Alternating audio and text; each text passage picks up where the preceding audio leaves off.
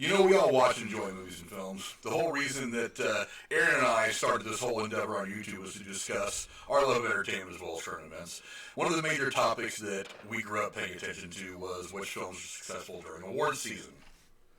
For most of the last 80 years, awards like the Golden Globes and the Oscars have been looked at as the apex of achievement in filmmaking.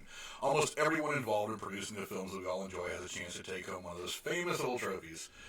The Oscars at one point were given out for such disciplines as Best Dance Direction and Best Title Writing, all the way up to what are considered the 6 major movie categories: Best Film, Best Actor or Actress, Best Supporting Actor or Actress, Best Director. But if you follow the Oscars for a significant time, you know that the yearly telecast has had some issues holding our attention. Here's what we think the problems are. Yeah. I guess the first thing we can tackle are the ratings. Yeah. They've been in a steady decline for really the last 15 years. Easily. Could go back even a little further than that, I think. But yeah, absolutely. Well, fluctuating is one thing, because let's face it, there's probably been a few slow movie years where we were kind of in between major releases or movies got major buzz. But if we look at the way the ratings have trended, and I've got it right here in the notes, the most recent high rating for the telecast was 46.3 million viewers for the February 2000 show. And that was 20 years ago. That was 20 years ago. The all-time high was 53.24 million viewers in 1983. Yeah. That's a big, big audience. That's a whole lot of people. If you think of it this way, that's roughly how many people voted for Hillary Clinton in the last election. That's how many people watched the one night, that 2 or 3 hours of a TV show. Yeah. Okay. The ratings for the February 2018 telecast were, at the time, an all-time low of 26.3 million. The previous low before that was just over 32 million in 2008. Yeah. Now, this most recent Oscars that happened, a week and a half, 2 weeks ago? Yep. Hit an all-time low of 23.6 million people. That is the worst viewership for the Oscars in history. So we're talking 5.3 rating in the key demographics. Yeah. That gets TV shows canceled. Yeah. They've canceled TV shows that have had like 2 or 3 points higher than that for not getting a rating. Yeah. Yeah. Let's talk about why. Now, the first thing I've got on here, we'll go into that first, because it's the one that jumps out at me. It's become a political train wreck. It's one thing to go up there and make it. Now, we all know, who was it, Marlon Brando several years ago sent the Native American girl to accept his award on behalf of whatever tribe was being wronged. I forget the whole story. You can go Google it and look it up. It's not hard to find. Right.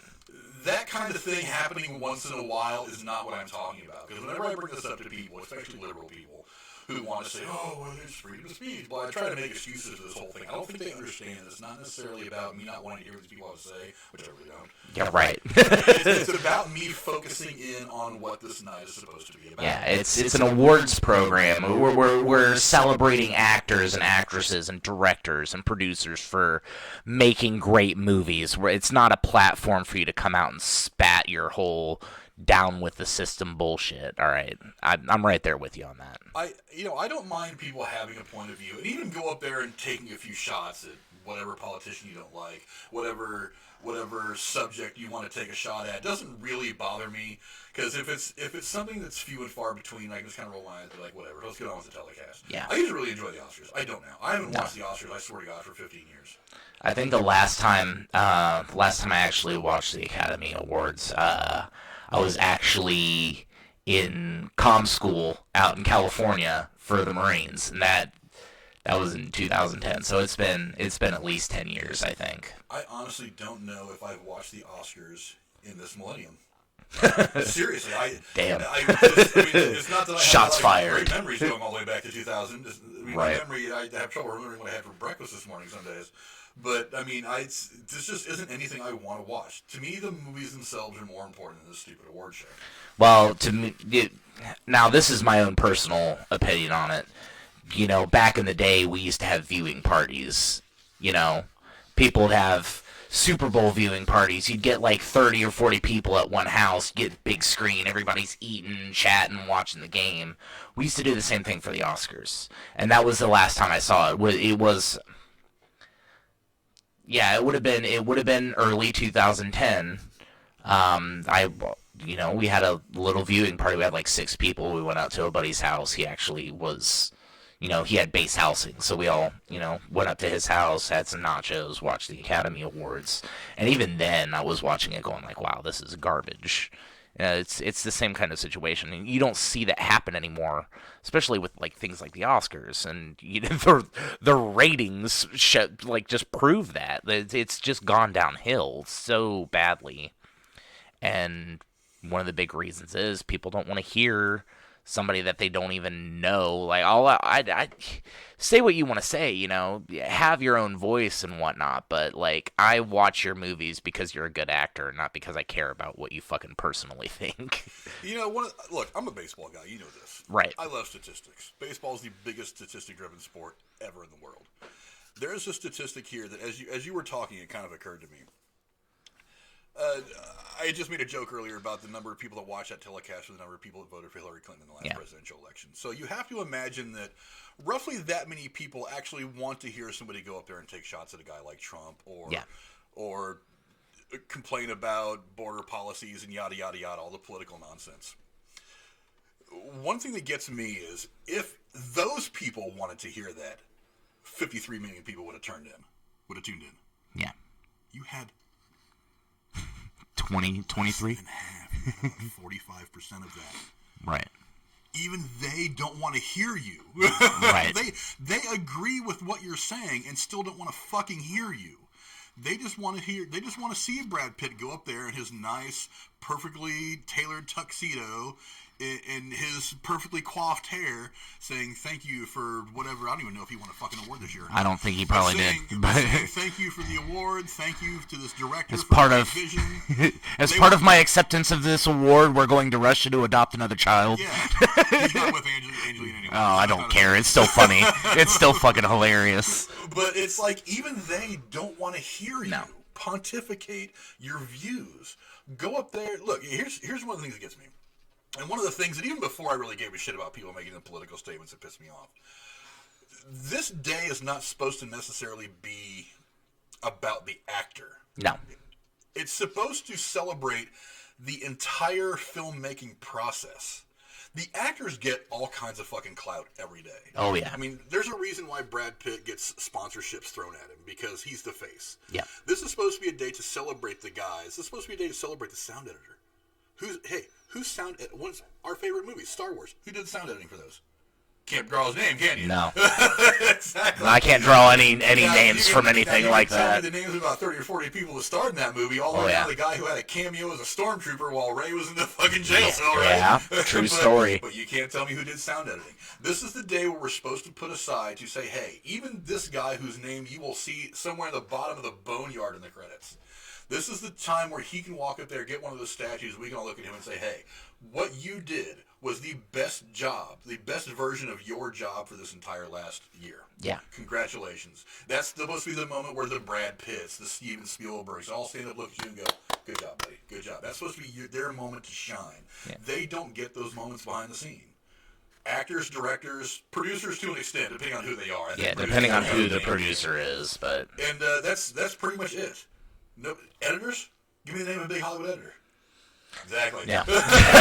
Can't do it. Give me the name of a costume artist. Give me the name of a makeup artist. I can't think of the names off the top of my head right now, but there are a couple costume artists that I'm familiar with. But that's because they do some crazy shit. Like 3 great directors, you can be like bam, bam, bam. Yeah. And you could probably name another 20 after that. The names just pop into your head. Yeah. It's like, give me a guy. I mean, honestly, even visual effects, which has become so huge in Hollywood over the last 20, 30 years. There's really only 2 or 3 names that really jump out. Yeah. And it's like, but you just don't know because we've made it such a big spectacle for these guys to go up there and pontificate and to give them their soapbox to jump on and cram their opinions down our fucking throats. And even the 53 million plus million people that voted for Hillary Clinton and agree with you don't want to hear your spiel. Yeah. They all want you to go up there, hold up a statue, and say, hey, thank you for this.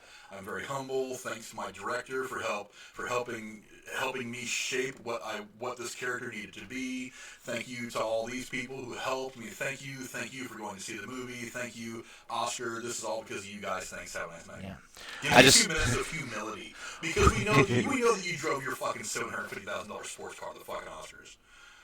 We know that. Take that one moment to show us that you're still fucking human. Yeah. And they don't do it. So people disconnect from that shit over time. Something else I want to point out, because you keep bringing it up, and it's probably going to be brought up a lot during this video, but that 53.24 million views is the all-time high set in 1983. That's the all-time high. Almost 40 years ago. And I can go on YouTube right now. Like, you're sitting in front of two fucking computers. You could go into YouTube right now.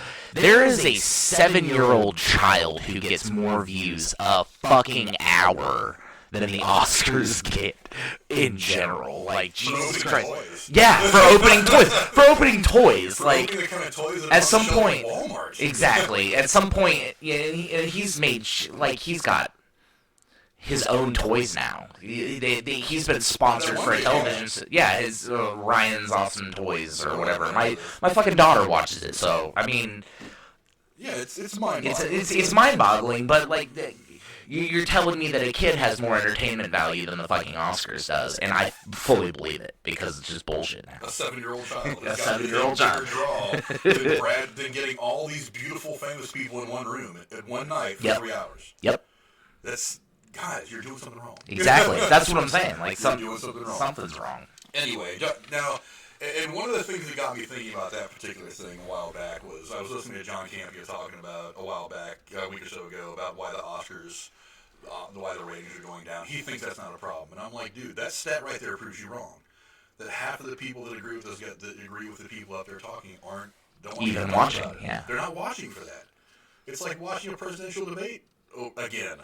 Yeah. It's like, we get that mess once every 4 years. The Oscars we get once a year, and we want that. Look, I go to a movie because I want to be pulled away from real life for a couple hours. Yeah. I want to be transported to Tatooine so I can watch Luke do his thing. I want to be transported to Titan so I can watch Thanos and the Avengers go at it. I want to escape real life for a couple hours. I watch the Oscars for the same reason. I want to kind of be immersed in this world of entertainment. I want to see the people who gave performances that I enjoyed while I was escaping real life for a couple of hours, get a little bit of credit, get their due. I want to see some of these people, go up there and just say, hey, thanks to the fans, thanks to all you people who worked hard, could have done it without you. Yeah. And we don't get it. And John Campea thinks that's not a reason. I vehemently disagree. Yeah. No, the stat that I pointed out proves that. Yeah. The people who want to hear you talk that shit don't want to hear it that night. I mean, and something you brought up, and I don't know that it's something that we're gonna talk about. I'm pretty sure it's not, but something you brought up before we even started filming was all this shit you want to say, you can say any day, literally any day. You've got Facebook, you've got Twitter, you've got YouTube. Will Smith is on my Facebook feed like every other day with a new random bullshit video, pep talk.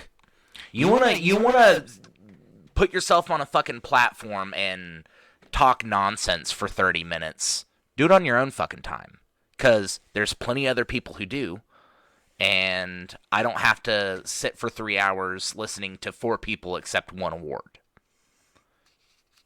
And then not talk about the award at all. The entire time they're up there. 364 other days and 24 hours out of those days to do whatever the hell you want, to spread your voice wherever the hell you want. And you're gonna get more people hearing what you have to say, going to something like Twitter or YouTube and doing short videos, or just posting random shit on your Facebook. You're gonna get more views, you're gonna get the word out better than you are, especially like we've said, with how much the viewership has dropped in the Oscars. Who the fuck are you even talking to anymore?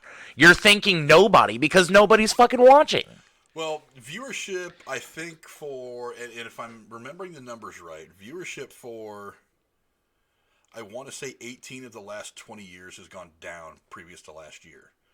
So it goes to the year before. So it goes, it's this, and it's down, and it's down, and it's down, then it creeps up, and it's down, and it's down, and it's down, and it creeps up, and then it's down, and it's down, all the way to this low of 23.6 million people. Some of the people who want to go up there and take their 2 minutes to bitch about Donald Trump have more followers on Twitter than are even watching their fucking broadcast. Exactly. That's what I'm saying. Like, this isn't, and you've said it too, this isn't the platform.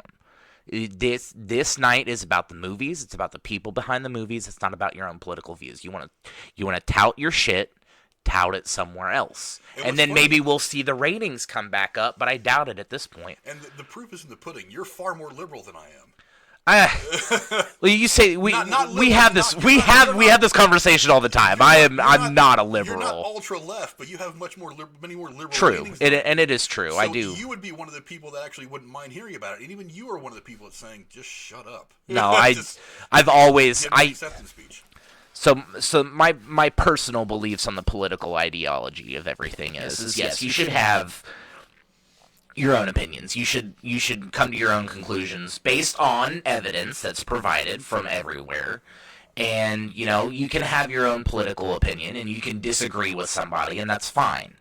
But you don't need to shove it down someone's throat. You don't need an hour of time during one of what used to be the most watched events on television. You don't need that time to just spew your bullshit. I already know how you feel about it because you've said it before, and and like a vast majority of things that are going on that's political that people want to get up there and talk about is not news. I mean, if I want to hear about this shit, I'll fucking watch the news, I'll listen to the actual people who know what the fuck they're talking about as far as it goes, not, and this is not saying that this has happened specifically with this person, but I'm not going to get up there and watch Chris Evans just shit on somebody for 30 minutes over some bullshit. Because you're just another guy. You're not, you didn't go to school to be a politician, so shut the fuck up and go star in the next Avengers film and leave me alone kind of situation. By the way, Chris Evans, you're an amazing, Captain America. I hope we see you again. I'm sure him and RDJ are going to be back at some point. But now I feel like we're shoving that part of the conversation down people's throat. True. So let's move on to the other thing that kind of bothers me. The other thing that bothers me is this bias against the biggest films. It seems like more often than not, in the last couple years, there's been some exceptions. It seems that more often than not, that when it comes to film, like the best picture films specifically, that category, they tend to go after the artsy-fartsy period pieces. Yeah. Look, some of those are very good films. Don't get me wrong. Yeah. It's like, I know one year The Danish Girl, I think, was at least nominated for Best Picture. It's about the first person to go through a sex change operation. Oh, back yeah. in whatever, somewhere in Europe a long time ago. It was a very interesting movie. Okay. And one of my few liberal leanings is I support the LGBT community, so I found it a very interesting movie to watch. That being a very good movie, I understood why it was nominated. But it seems like they go after these things that are, like I said, the period pieces, the dramas. Yeah. Sometimes they refuse to accept the fact that maybe the best picture of the year was not one of those. Yeah. That maybe the picture that everybody wants to win, maybe not the voters, but everybody wants to win, is something a little different. Maybe they don't want to always vote for The Crying Game. Yeah. Oh, man. The Crying Game. Maybe they don't always want that. Because a lot of fans have been frustrated in recent years nominating only films from certain genres. They've skipped over Marvel movies, which I'm going to admit, as much as I love the Marvel movies, they aren't always the best films of the year. True. But yeah, they've always been kind of dumped over. Now, the one example I looked at was the 88th Oscar Awards that were held in February 2016. And the Best Picture nominees were Spotlight, with a critic. Now, okay, here's where I'm getting my scores. I got them from Rotten Tomatoes for the purposes of this information. Okay, Spotlight was one of them. It had a critic score of 97, an audience score of 93. The Big Short had a 88-87 split. Bridge of Spies had a 91-87 split. Brooklyn had a 91-87 split.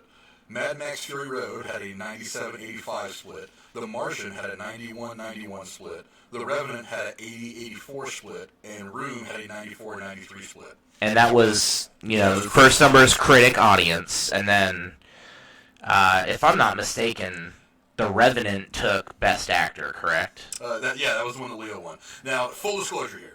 I have seen all the movies on this list except for Brooklyn because the marketing did nothing for me. That was just one of those period pieces where I just wasn't excited to see. And the other movie I didn't see was The Revenant because everybody was talking so fucking much about that movie by the time it finally came out. I just was tired of hearing about it. I never got around to seeing it. I'll get around to seeing it. It's going to be on Netflix again at some point. But now, on the surface, these numbers look pretty good, right? They especially for films that are nominated. But I want to throw another number at you. I want to throw this 93-88 split. Okay, that's a 93 critic score and an 88 audience score. Sorry, tongue got tight for a minute. Yep. Now, the average critic score of all the nominees is 91.8. So this one other movie had a 93, slightly higher. The average of the critic scores was 97. I'm sorry, the highest was 97. That was a tie between Mad Max Fury Road and Spotlight. Yeah. Now, the last numbers that I gave you were from a movie that a few people may have heard of. It's called Star Wars The Force Awakens. Just a few people. It's called Star Wars The Force Awakens. Star Wars had a critic score of 93. That was higher than 4 of the 8 nominees and a little more than a point higher than the average. Star Wars audience score was 88, which is right in line with the average of 88.4 from the nominees combined, the average. Yeah. But better than 5 of the 8 nominees. We won't even get to the box office. I mean, I won't even read that paragraph.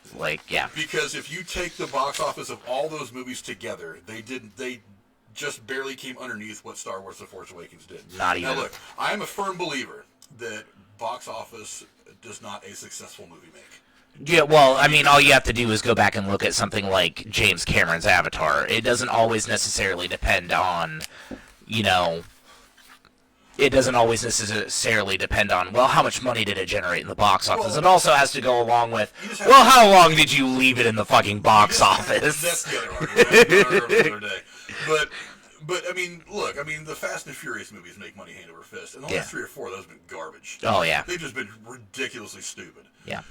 Transformers movies, the last couple of those have been, well, Bumblebee was good. All of them except for Bumblebee. The first 2 were good. Everything after that up to Bumblebee was garbage. I liked the first. Make $1 billion. I liked the first one, and I liked Bumblebee. The second one was eh. Everything after that was eh. That's a fair enough assessment. Yeah. But I know Bumblebee. I know the box office does not mean that the movie is good. It just means that people wanted to go see it. It doesn't mean the movie's good. Yeah. Look, I'll be perfectly honest. As I sit and look at this list, look, Spotlight ended up winning Best Picture that year. Did it? I thought Martian took that. No, Spotlight is one of my favorite films of all time. Okay. And I really don't think that Star Wars The Force Awakens was necessarily a better film than Spotlight. I know for a fact it wasn't. That's a nice way of me saying I know for a fact it wasn't, because I don't think it was. So I'm not saying that Spotlight shouldn't have won. I'm not saying that Star Wars The Force Awakens should have beaten all those. I gotta be perfectly honest. I saw The Big Short, and while it was a fun and interesting movie, Force Awakens was a better film, to me. Really? I think so. I had to watch The Big Short twice, the one night that I watched it, because the first time I found myself stopping the movie and Googling all the financial terms. It was a bit over my head. Yeah. And I would imagine that most of the casual movie fans were watching that, they're like, wait a minute, hearing all the terms, and they're trying to process what he's talking about. They're trying to process what the dialogue means before they can put it in the context of the scene. Yeah. That's kind of where I was. And we're not all financial gurus here. No. I know how to manage my own budget. I don't know how to manage millions of dollars of somebody else's money. So when you start using those crazy terms, it gets a little past me. Bridge of Spies was a good movie. Like I said, Brooklyn I never saw. Honestly, I liked Mad Max Fury Road. I think Force Awakens was a better movie than that. I don't. No. I take that back. I do. And there's a reason for that. It's because Mad Max Fury Road was just one giant chase scene.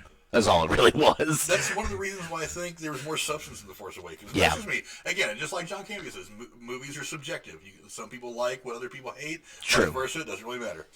The Martian. Martian was a good movie. Oh, it's a great film. The Revenant. Like I said, I never got around to watching. I'll watch it eventually. Room.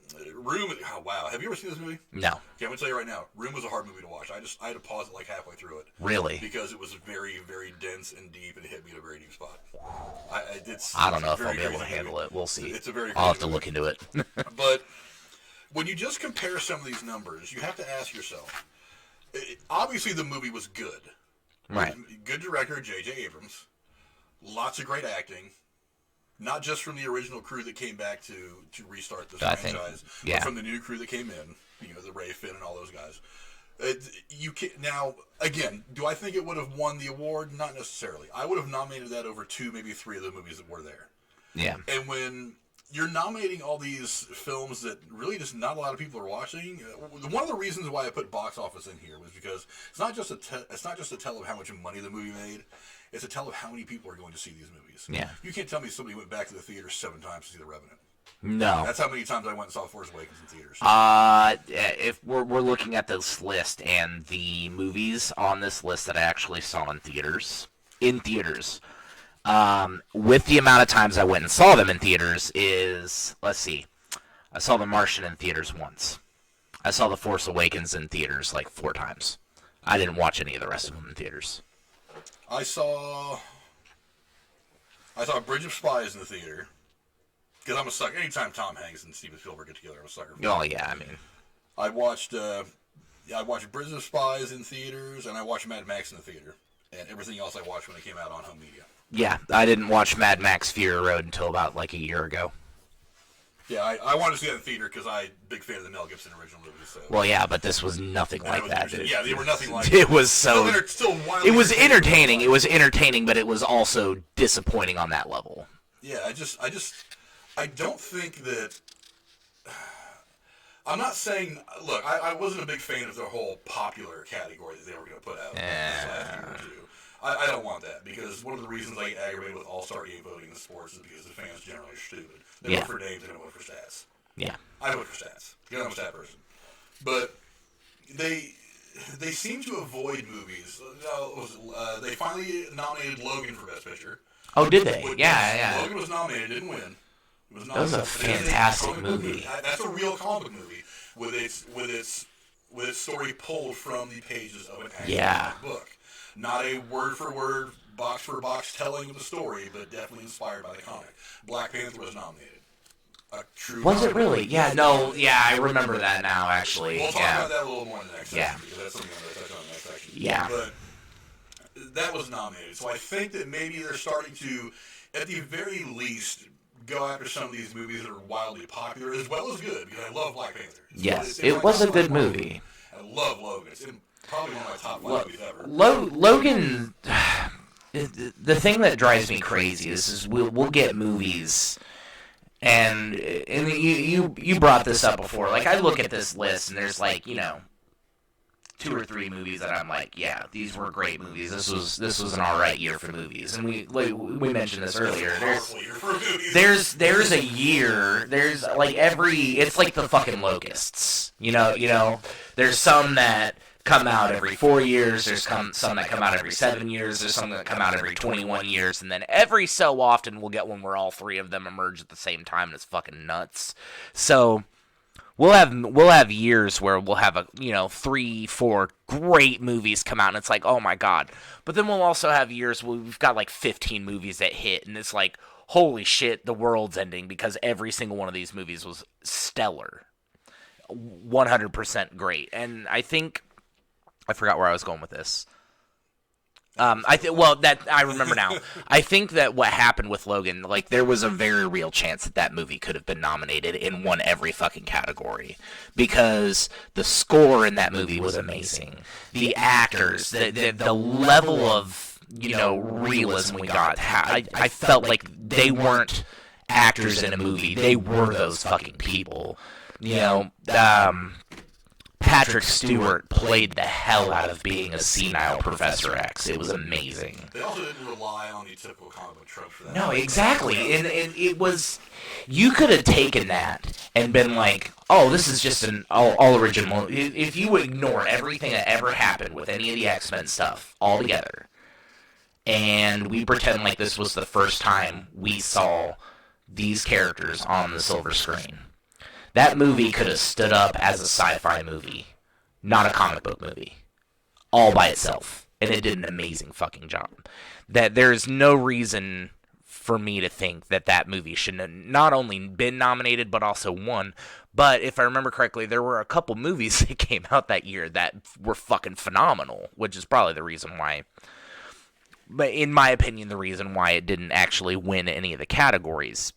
I didn't watch the Oscars that year, as we've already mentioned before, but, I mean,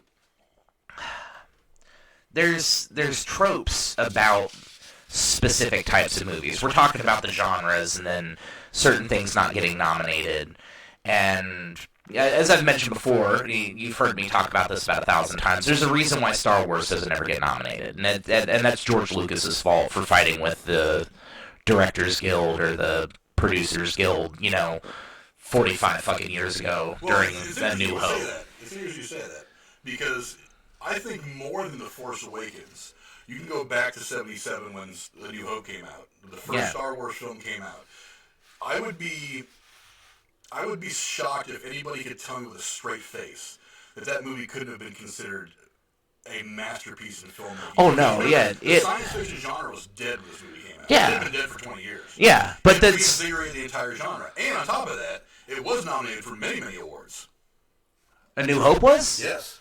See, it won the Oscar for Best Art Direction, Best Costume Design, Best Sound, Best Filming, Best Effects, and Best Music, along with Special Achievement Award, and was nominated. Yes. And this is going to actually kind of go against my argument a little bit, but I'll be very honest here. It was also nominated. It actually was nominated for Best Picture. It was nominated for Best Actor for Alec Guinness, Best Director for George Lucas, and Best Writing. Alec Guinness was, Obi-Wan. yeah. So do me a favor. There's precedence. Do me a favor. That these can get nominated. What won that year for Best Picture? What won Best Picture that year? I'm gonna have to look that up. Give me just 1 second. All right.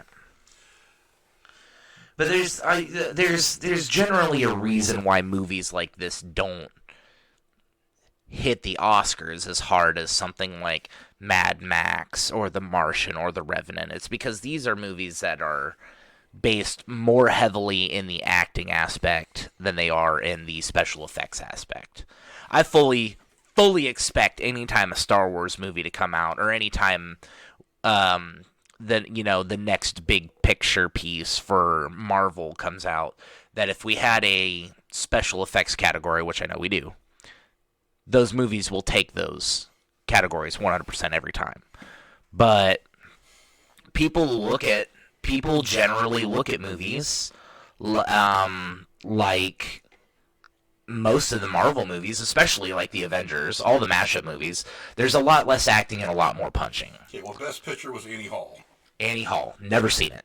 I think I've seen it a long time ago. Best Director was Woody Allen for Annie Hall. Okay, well, yeah. Spielberg was actually nominated that year for Close Encounters. Oh, I'm surprised. Close Encounters. That was a great film. Star Wars. Best Actor was Richard Dreyfuss.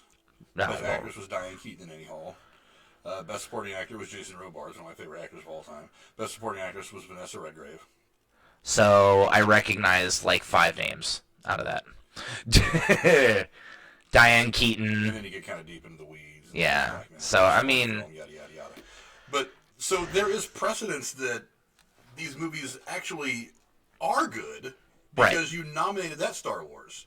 Well, we're also talking about A New Hope as opposed to the garbage fire that was the new trilogy. Well, I don't think the new trilogy was a garbage. It wasn't quite that bad, but it was bad. I mean, Force Awakens was good. It was a good movie if you look at it outside of the Star Wars. If you look at it, Star Wars. I'm not going to have this argument on this video. All right, all right. I might come across this desk and actually oh no, yeah. I think the fact that they don't really want to even really give these movies a chance anymore is part of one of the reasons why we kind of get to this next subject. This next subject is the disconnect between movie fans.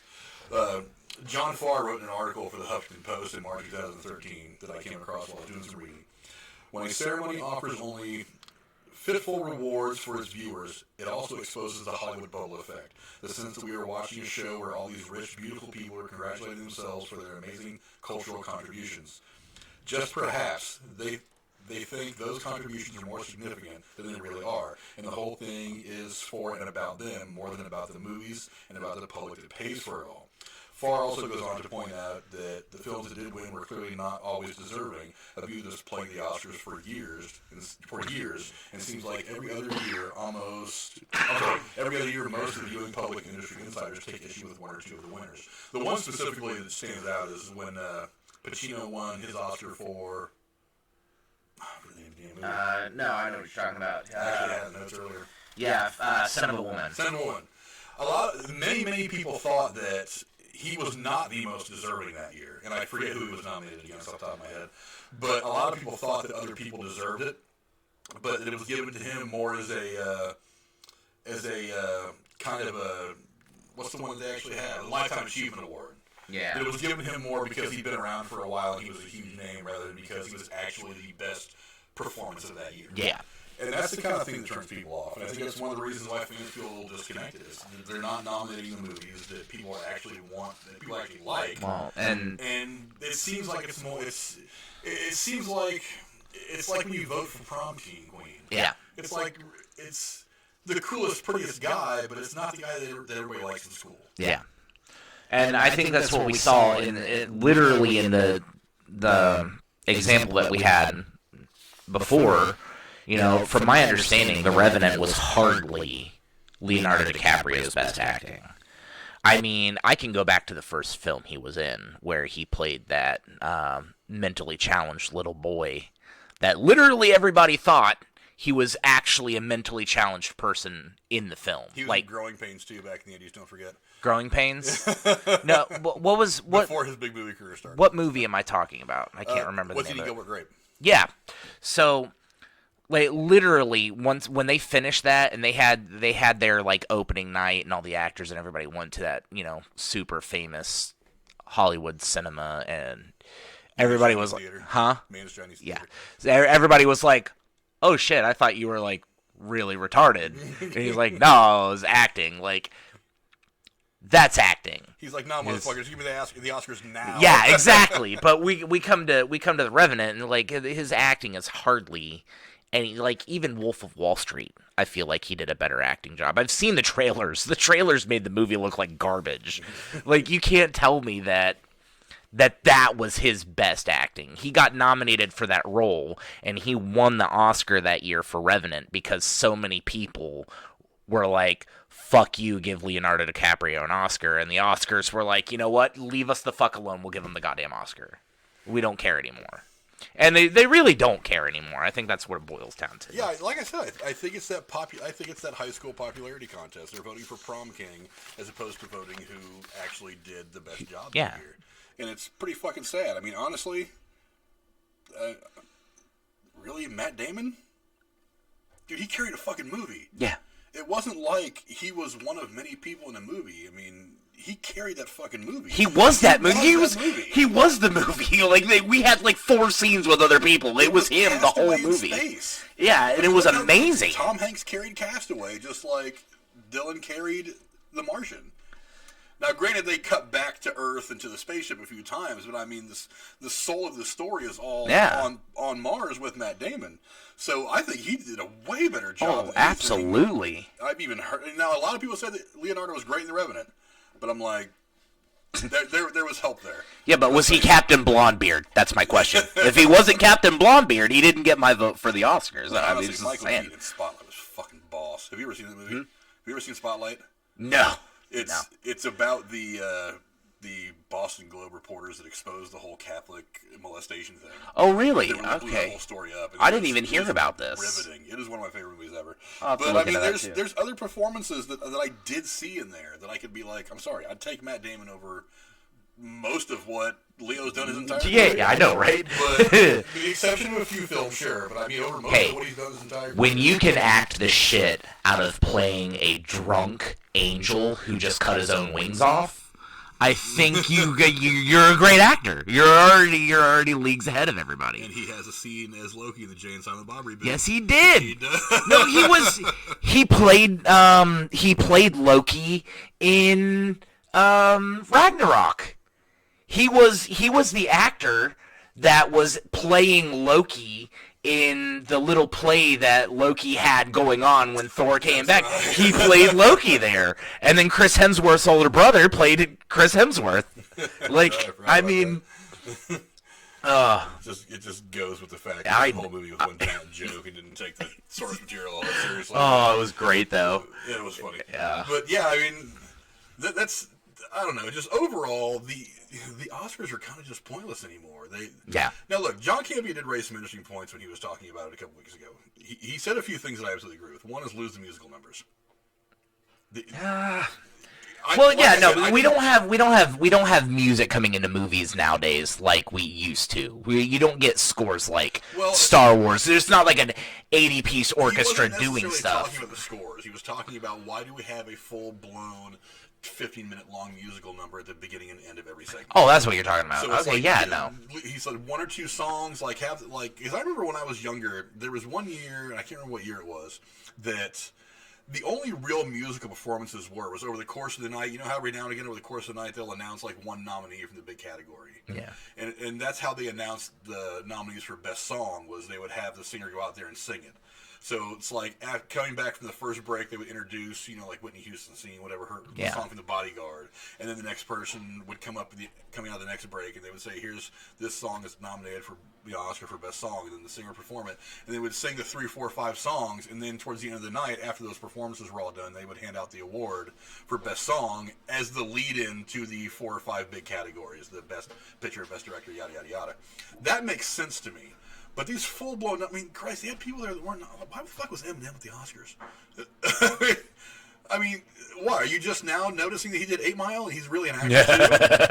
That was a long, long time ago, guys. And a very entertaining, very good movie. I'm not taking anything from it. It's a good movie, but sorry, you're just now realizing that he's still a part of the entertainment business? It's like, why do you have all these people up there? It's not a musical show. Let the Grammys do that shit. Yeah. The Grammys are all about music.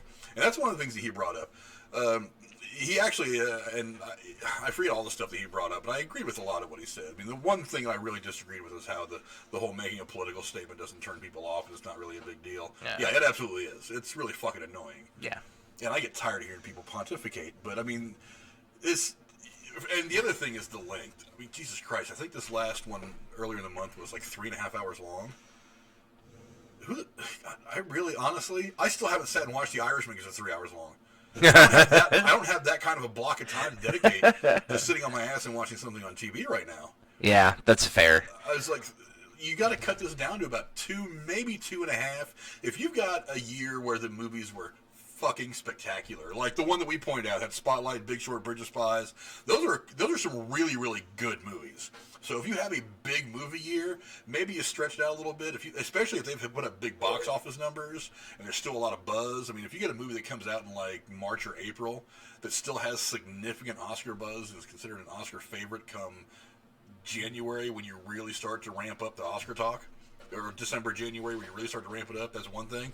But I mean, it's few and far between that we have those years anymore. It's really like once out of every 4 or 5 years that we have that one year where we've got 5, 6 solid movies where you can look at it and say, man, it's a toss-up. There's 2 or 3 movies out there that could win, a couple of dark horses that wouldn't surprise us all, but there are 5 or 6 solidly amazing movies that are vying for that one trophy this year.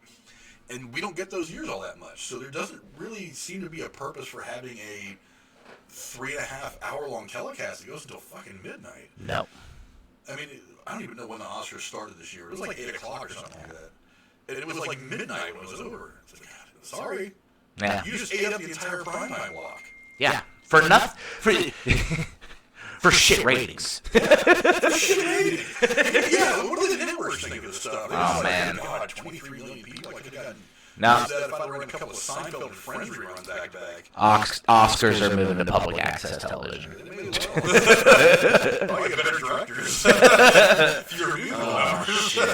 I would buy one of those little PBS cups in. Yeah. Absolutely. But anyway, I mean, I mean, what do you think the Oscars could do, in your opinion, to make the thing better? Not be run by a small group of fucking people. You know, they don't take the people who put the Oscars together. The Academy is not you and me. They don't give a shit about what you and I think. It's like the fucking electoral college. Yeah, they're gonna look at how the rest of the country feels, but they're gonna vote however the fuck they want to, regardless of how you vote. You know what I mean? I don't even think the voting membership of the Oscars give that much of a shit. Exactly, that's what I'm saying. Now remember, there are, I think, as of this year, there were 8,000 voters for the Oscars. Yeah, but they're all people who have you know, it's the same kind of thing as like the Hollywood star. I'll defend them on this though. They're all people that are in the industry. Yeah, they are, but you know what I've always thought that it boils down to: how do you get Best Picture in the Oscars? Well, you make a lot of money, and then you throw that money at the people who are voting. Marketing is something else, because they do market these. Yeah. They do have like specific marketing companies that target Oscar nominations. It's like they go out there and they make these for your consideration videos. They send there. I mean, because just to be Oscar eligible, you only have to do two things. You have to run in either New York or Los Angeles, or Los Angeles for 7 days before the end of the calendar year, and you cannot release. You have to fill out some paperwork. There's something you got to fill out by mid-December. It's something of credits or something like that. I forget what it is. It's not just like a list of the credits like you would see scrolling at the end of the movie. It's actually some paperwork you have to fill out. Yeah. And then you are not allowed to have released your film anywhere else prior to the theatrical release. So you're not allowed to say drop it on Netflix for a couple hours just as a surprise to people and then put it out in theaters. Yeah, like that. And then pull it back and pull it out in theaters. That actually makes you ineligible for an Oscar. Yeah. But I mean, as far as what makes you eligible for the award, it's not hard. Anybody can do it. And I dig that these 8,000 members of the voting block of the Academy, that they're all in the industry, because that's actually good for me, because if it's supposed to be about the art of filmmaking, who better than to judge that, better than you and I, maybe at many points, than the artists themselves? True. Something else I think they could probably do. If you are totally out of touch and don't know what we like, I mean, yeah, you're gonna respect the fact that, you know, Brad Pitt did a great job in this, but honestly, I don't even know if any of these fucking voters actually watched The Force Awakens that year. Probably not. How many of them actually saw the movie? Yeah. I mean, you know, $2.068 billion worth of revenue. One or two of them probably did. Yeah, but it was all from us. Yeah. I would say that and look, I could be wrong. Maybe of these 8,000 people, maybe 7,000 of them, and I don't know if it was 8,000 back when, you know, for this particular year, but maybe 7,000 of them actually went and watched the movie. It's also possible. It's also possible that if it's not at least 4,000, then that number is going to be off, and I don't know that 4,000 of those people actually went and watched this movie. Well, Disney is also probably looking at the Star Wars franchise going, we don't need an Oscar. This ship is already self-sustaining. We don't need an Oscar to back us. That's valid. I don't think Disney's chasing too many statues anymore. Yeah, but, I mean, you asked the question. I think one of the other things that we could do to, you know, get back on track to the Oscars is go back to having, you know, the shepherd's hook, like fucking rip people off the stage when they've been up there for 5 minutes. I think they start playing the music louder and louder until you can't hear them talk anymore, and then they'll fucking leave. I think they still do that, but the problem is these people have gotten so much clout. They're like, do I really want to throw that shepherd's hook at her and Brad Pitt? Or I mean, the last time that I remember it being a big thing was Julia Roberts when she finally got her Oscar, and she was up on stage crying and talking, and they started to play the music like, hurry your shit up so you can get off the stage, and she turned and looked at him, and she was like, no, I've waited so long for this, I'm going to say what I have to say. And it's like, you know, that's fine. You want to get emotional and excited about something, and then she actually went on to thank people and shit. She didn't use that as a political platform for that moment. Her moment on that stage was well-deserved. But if somebody gets up there and like, well, the North Dakota pipeline, get off the fucking stage. But again, that comes down to them looking at these people and saying, look, if you win, send out a memo to all these people, to Brad Pitt and whoever the hell else, send out a memo to say, look, if 2 minutes. you win, you've got 2 minutes. We hope that you will just say, hey, thanks to the directors, thanks to the producers, thanks to everybody who came out and watched the movie. See you guys. Thanks, Mom and Dad. Thank God. See you guys later. And then just get the hell off the stage. So we can and then scream loudly, I finally got one, and then leave. Yeah, but what can they really do to stop these guys?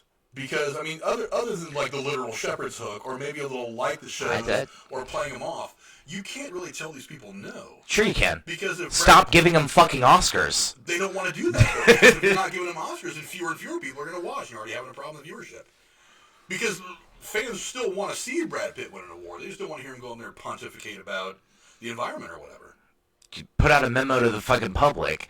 Hey, we realize you guys really like these guys, and just as much as you guys don't want to hear it, we don't want to hear it either, so we're going to start laying down some rules, and if people don't follow rules, they're going to be ineligible for Oscars for the next year. Yeah, I don't think they do that either. Yeah, I know.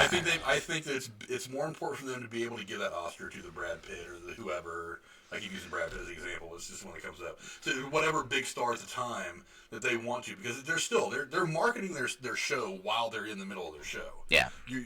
I mean, let's be honest. They're using these stars. These stars are acting in the Oscars. Yeah. And you need their faces to draw. But you're losing people because those faces are going up there and they're just blah, blah, blah. You've got a 3.5 hour long show that people are watching an hour of and getting bored with. You've got 95 different musical numbers that you could have done without. And on top of that, people have realized that they don't need to give a shit about the Oscars. They're going to watch movies anyway. Yeah, and there's a good example I have for that like you're talking about this. There's a great example, perfect example of this. How many times did you watch the Golden Globes this year? I didn't. How many times did you watch Ricky Gervais' speech? Twice. Exactly. Exactly.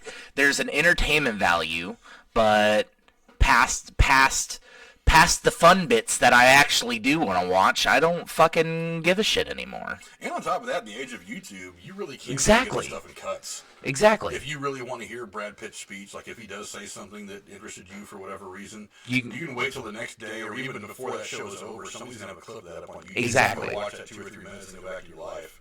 Yep. Which just lends again to not having a 3.5 or fucking whatever 4 hour long broadcast of shit that only people really want to watch about 4 or 5 minutes of it. Yep. But I mean, but at the same time, you can't just put your big categories in the front because they're going to watch those and switch off, and you're supposed to go from 23 million down to like 15 people total in the country. You have to say those things for last to keep people around. I mean, I get it. Look, I mean, I just hope the Oscars figure it out. I want to like the Oscars again. I do too. I don't see it happening. Yeah, I would be surprised if 10 years from now we would still have the Oscars. Oh, we'll have the Oscars. I don't think they're going anywhere. I bet they will. The form that they take, the way that they're presented, is always going to change a little bit here and there from year to year. I mean, that host thing is something I forgot about mentioning. That whole host thing that happened with Kevin Hart a couple years ago. Have you heard about that? Yeah, no, I know what you're talking about. Now nobody wants to host. Yeah. Because being an Oscar host used to be one of the premier gigs in Hollywood. Nobody wants to fucking... Even as the ratings are starting to drop. You get Billy Crystal and all these guys up there. Billy Crystal one year. Who else has done it? Doogie Howser. Friggin' Neil Patrick Harris. Neil Patrick Harris did it one year. And they were fun. Even that one year where James Franco and Anne Hathaway kind of tag teamed it, which I really hated. I thought it was funny. I mean, I remember watching the monologue anyway. I think it was funny. After the fact, I was watching it. But then this whole thing with Kevin Hart comes along, and it's like some tweet from 2 or 3 years ago, and then he's like, okay, now I have to step down. And then they're going looking for a host, and then all of a sudden, even the Hollywood elitists, whose asses they're kissing anyway, they're like, I'm not going to host because I don't want people rooting through my Twitter and finding out some funny exactly. stuff I put on Twitter back in 1924. I brought this up like a year ago. Yeah. I brought this up like a year or so ago when that whole shitstorm came down right after Guardians of the Galaxy Volume 2 came out, and the movie hit, and they were like, yeah, we're going to get ready to start doing Guardians of the Galaxy 3, and then everybody was like, nope, director James Gunn, fuck him. Oh, he tweeted something 15 years ago that's could be construed as mildly racist. Yeah, that could be construed as mildly racist, so we're going to kick him to the curb. Who fucking cares? Be racist if you want to, but keep building, keep making great movies. I don't care if you're a fucking Klan member. Your personal life does not impact your ability to make a fucking movie. I don't care. That's the funny thing about Hollywood pushing this cancel culture is when they start treating themselves. You're just like, yeah, see what we're mixing yeah, look at that. That's a little bit of giving you're eating your own shit when you do that. That's why I always thought it was funny about that and about this whole thing with Kevin Hart. Now nobody wants to host. And so you can go, like, even Seth MacFarlane that one year he hosted, I thought his monologue was funny. And I watched some clips of him doing it. It was funny. But you need some new, fresh blood in their hosting. You can't be worried about what these guys tweeted back in fucking high school, back when they were dumb kids. Yeah, like one baseball player got in trouble. Who fucking cares? This one baseball player got in trouble for quoting rap lyrics that had the N-word in his tweet. Oh my god! And he was just like, guys, I was 16 and I was in high school. He's like, I was quoting rap lyrics. He's like, I didn't even remember I put that tweet out there. But I mean, that's one of the dangers of Twitter. I didn't fucking drag somebody behind my truck. Leave me alone. But yeah, I mean, you can't have a real Did he commit a crime? Did he commit? So this is my opinion on it.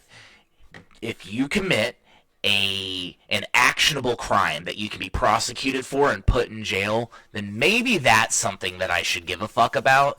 But you walk down the street and call a random black person the N-word, you're just an asshole. We've got plenty of actors who are assholes in real life. I mean, shit, one of the greatest actors, in my opinion, one of the people that can switch their role up from dramatic to comedy to just outright play the field but do it perfectly every time. Ed Norton. He's the biggest dick. I've heard. And he's still a great actor. Who fucking cares? Be a dick. Be a racist. Be, suck someone's dick in a parking lot. I don't care. If you get on the screen and you act the shit out of your role, or you sit in that chair and you make people do what you need them to do to make a great film, I don't give a fuck what you do in your personal life. You're still doing your job, and you're still doing a great job at it. Now, Roman Polanski. like I said though, there is an upper limit to where that I will hit that though. Like, I don't want what the fuck is that dude's name? The whole Me Too movement bullshit. Weinstein. That's taking it a little too far. That's actionable. He can be prosecuted for doing something that's actually illegal. But I can walk out your front door right now and scream the N-word at the top of my lungs, and nothing's gonna happen because I'm allowed to say shit. Like, I'm allowed to be racist if I want to be racist. I'm not a racist. I'm not. He's not a racist. My ex-wife is half black, then like a quarter Mexican. Frank's a Mexican. Like, we get along.